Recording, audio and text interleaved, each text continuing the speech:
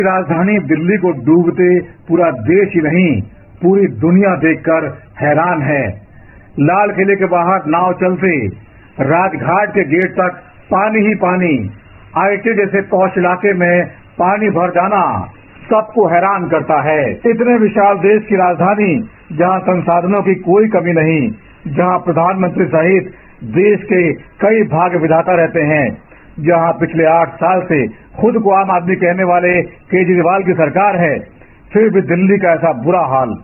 जिस दिल्ली को केजरीवाल ने लंदन पेरिस बनाने का वादा किया था, हाल ही में 380 झीलें बनाने का ऐलान किया था, उसकी ऐसी दुर्गति। कहा जा रहा है कि जी ये तो कुदरती आपदा है, इतनी ज्यादा बारिश हो गई है, हम क्या करें, बाकी स्टेट भी तो डूबे हैं। तो जान लीजिए सच्चाई क्या है जो आपकी आंखें खोल देगी, साथ ही ये बताएगी कि वोटों के लालच में नेता किस तरह देश के संसाधनों को देखते रहते हैं और फिर सारा दोष बेचारी यमुना नदी पर डाल देते हैं, जिसकी सफाई कराने के नाम पर पिछले 20 साल में अरबों रुपए डकारे जा चुके हैं। में हम 380 झीलें बना रहे हैं। दिल्ली धीरे धीरे झीलों का शहर कहलाएगा। पूरी दिल्ली के अंदर आप जहां भी जाओगे आपको झीलें दिखाई देंगी, खूबसूरत आसपास लैंडस्केपिंग दिखाई देंगी। अभी जितनी झीलें 26 झीलें बनके तैयार हो गई। इन झीलों में मैं कई झीलों पे होके आया, अब वहाँ पे इतनी हरियाली है झीलों के चारों तरफ, इतना खूबसूरत वातावरण है, इतनी शुद्ध हवा। दिल्ली के आसमान से यमुना के आसपास के इलाकों का नजारा देखेंगे तो आपकी आंखें फटी की फटी रह जाएंगी। यमुना किनारे बसे लोगों का बुरा हाल है। इंसानों के साथ पशुओं को बचाने की बड़ी समस्या आ गई है। यमुना ने सालों बाद ऐसा रौद्र रूप दिखाया है कि जैसे सब कुछ डुबोने पर आमादा है। जलस्तर रिकॉर्ड तोड़ते हुए 208 मीटर के भी पार पहुंच गया। कह सकते हैं देश की राजधानी में बाढ़ जैसे हालात नहीं बल्कि भीषण बाढ़ का कहर टूटा है। हजारों लोगों को सुरक्षित इलाकों से निकाला जा रहा है। बाढ़ग्रस्त इलाकों में घर, दुकान पानी में डूब चुके हैं। रेस्क्यू ऑपरेशन चलाया जा रहा है। दिल्ली में जो यमुना प्रदूषण और लगातार अतिक्रमण से किसी नाले जैसी बना दी गई थी, अब वो इतना विकराल रूप ले चुकी है कि त्राहिमाम मचा है। रिंग रोड पर महात्मा गांधी की समाधि, राजघाट के मेन गेट तक यमुना का पानी पहुंच गया है।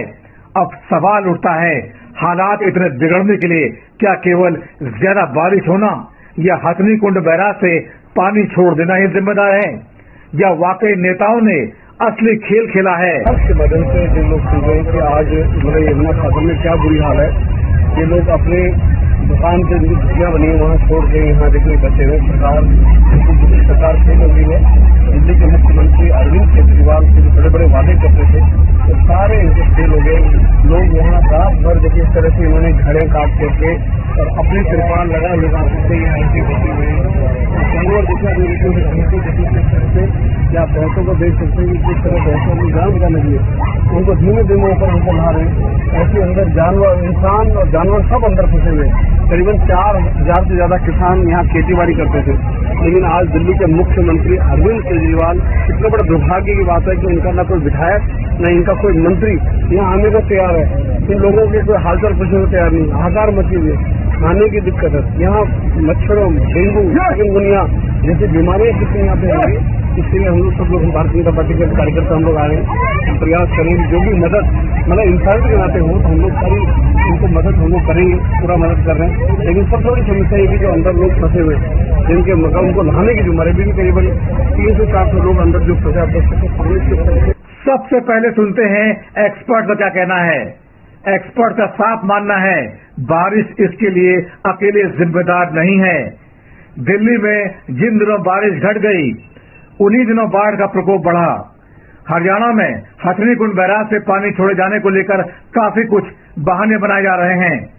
यमुना एक्टिविस्ट और south Asia network on dams के एसोसिएट कोऑर्डिनेटर भीम सिंह रावत ने केंद्रीय जल आयोग के डेटा के हवाले से बताया है इस साल यहाँ रात भर देखिए इस तरह से इन्होंने घड़े काट करके और अपने तिरपाल लगा से यहाँ ऐसे बचे हुए जानवर दिखा दे रहे थे घंटी किस तरह से, या भैंसों को देख सकते हैं कि किस तरह भैंसों में जाम का लगी है, उनको धीमे धीमे ऊपर हमको ला रहे हैं। ऐसे अंदर जानवर, इंसान और जानवर सब अंदर फंसे हुए। सबसे पहले सुनते हैं एक्सपर्ट का क्या कहना है। एक्सपर्ट का साफ मानना है बारिश इसके लिए अकेले जिम्मेदार नहीं है। दिल्ली में जिन दिनों बारिश घट गई उन्हीं दिनों बाढ़ का प्रकोप बढ़ा।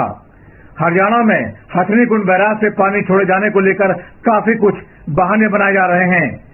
यमुना एक्टिविस्ट और south Asia network on dams के एसोसिएट कोऑर्डिनेटर भीम सिंह रावत ने केंद्रीय जल आयोग के डेटा के हवाले से बताया है इस साल हथनीकुंड से पिछले सालों के मुकाबले कम पानी छोड़ा गया। डेटा बताता है 2019 और 2013 में 8 लाख क्यूसेक से ज्यादा पानी छोड़ा गया था, जबकि इस बार हथनीकुंड बैराज से 3,59,000 पानी ही छोड़ा गया है अब तक।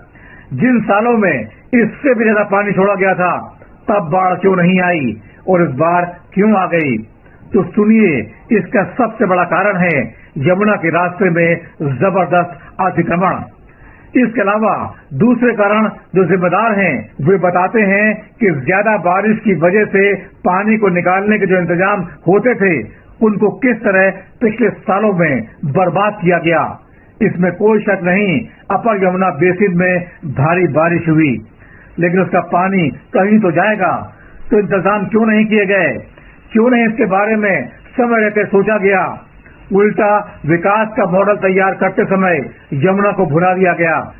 दिल्ली में 22 किलोमीटर के नदी के रास्ते में 25 पुल बना दिए गए हैं जो कुदरती बहाव को बुरी तरह प्रभावित कर रहे हैं।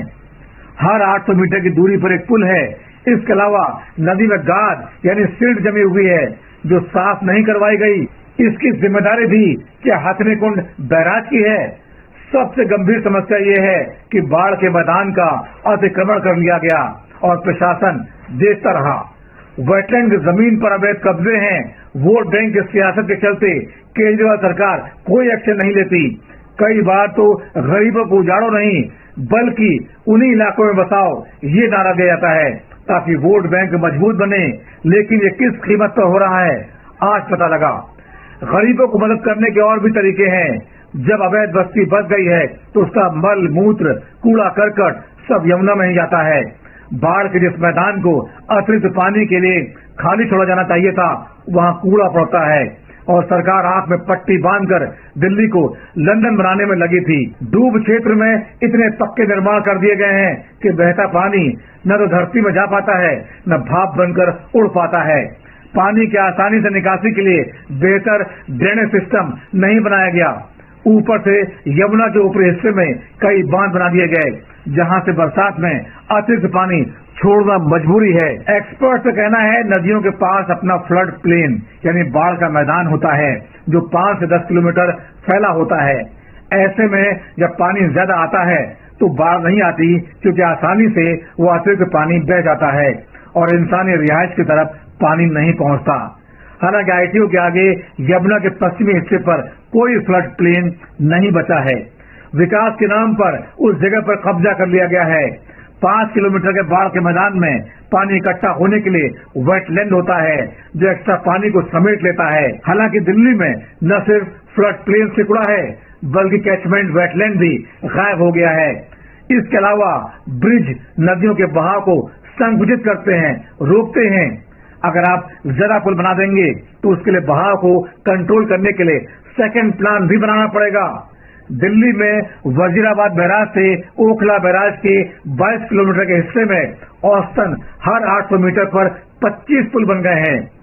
पुल के किनारे पर सिल्ट जमा होने से ये पुल बाढ़ के पानी के समान तरीके से बहाव को रोक देती है और नदी की हाइड्रोलॉजी को प्रभावित करती है। यमुना के ऊपरी हिस्से में खनन और तल में जमा सिल्ट या कीचड़ को मशीन से साफ करने की गतिविधियां जारी हैं। ये सब दिल्ली वाले हिस्से में क्यों नहीं हो पाता? क्योंकि वहाँ आसपास कब्जे हो गए हैं। ऐसे में शहर में रिवर बेड का लेवल बढ़ता है और गाद जमा होती है। यह इंसानों के द्वारा नियंत्रित किया जा सकता है क्योंकि नदी अपने आप गाद को बहा नहीं सकती। यमुना की दुर्गति के लिए केजरीवाल सरकार या सालों तक निगम में राज करती रही बीजेपी कितनी जिम्मेदार है तो केवल इतना जान लीजिए, नदी किनारे अवैध कब्जों पर कोई कार्रवाई क्यों नहीं होती? जहां निर्माण प्रतिबंधित है वहां धड़ल्ले से नए लोगों को क्यों बसाया जाता है? ओ जोन यानी नदी का वो इलाका जहां किसी भी तरह का निर्माण प्रतिबंधित है, उसमें धड़ल्ले से अवैध निर्माण होते रहे हैं। यमुना के पेट तक के निर्माण, एनजीटी ने कभी यमुना किनारे खेती तक पर प्रतिबंध लगाया हुआ था, वहां खेती तो छोड़िए, अवैध पक्के निर्माण तक धड़ल्ले से बन गए हैं। दिल्ली डेवलपमेंट अथॉरिटी ने 2020 में एनजीटी को एक रिपोर्ट सौंपी थी, जिसके मुताबिक यमुना के फ्लड प्लेन में करीब 960 हेक्टेयर जमीन पर अतिक्रमण हो गया है। यहाँ तक कि सरकार भी यमुना के आंचल में निर्माण से नहीं हिचकी। Yamuna bank metro station, Commonwealth games village, millennium park, bus depot इसके जीते जाते सबूत हैं।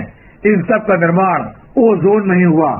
बात चाहे पूर्वी दिल्ली के मयूर विहार और आसपास के इलाकों की हो, या फिर दक्षिण दिल्ली के मदनपुर खादर की, या फिर नॉर्थ ईस्ट दिल्ली में वजीराबाद और आसपास के इलाकों की हो, हर जगह यमुना में बड़े पैमाने पर अतिक्रमण किया गया।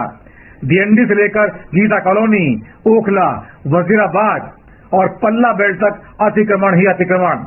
यमुना के एकदम किनारे नई नई कॉलोनियां उगती जा रही हैं। जयपुर एक्सटेंशन, सोनिया विहार, राजीव नगर जैसी कॉलोनियां इसके ताजा उदाहरण हैं। तो कुदरत से छेड़छाड़ होगी तो उसका बुलडोजर एक न एक दिन चलेगा ही। ऐसा लगता है हमने दिल्ली में यमुना की जो दुर्गत की है, जाने अनजाने उसका बदला लेने पर उतारू है नदी। आप दिल्ली में रहते हो या दिल्ली के बाहर, देश की राजधानी के लिए आपके मन में एक गर्व की भावना जरूर होगी, लेकिन सत्ता के लालच में अंधे नेताओं ने राजधानी के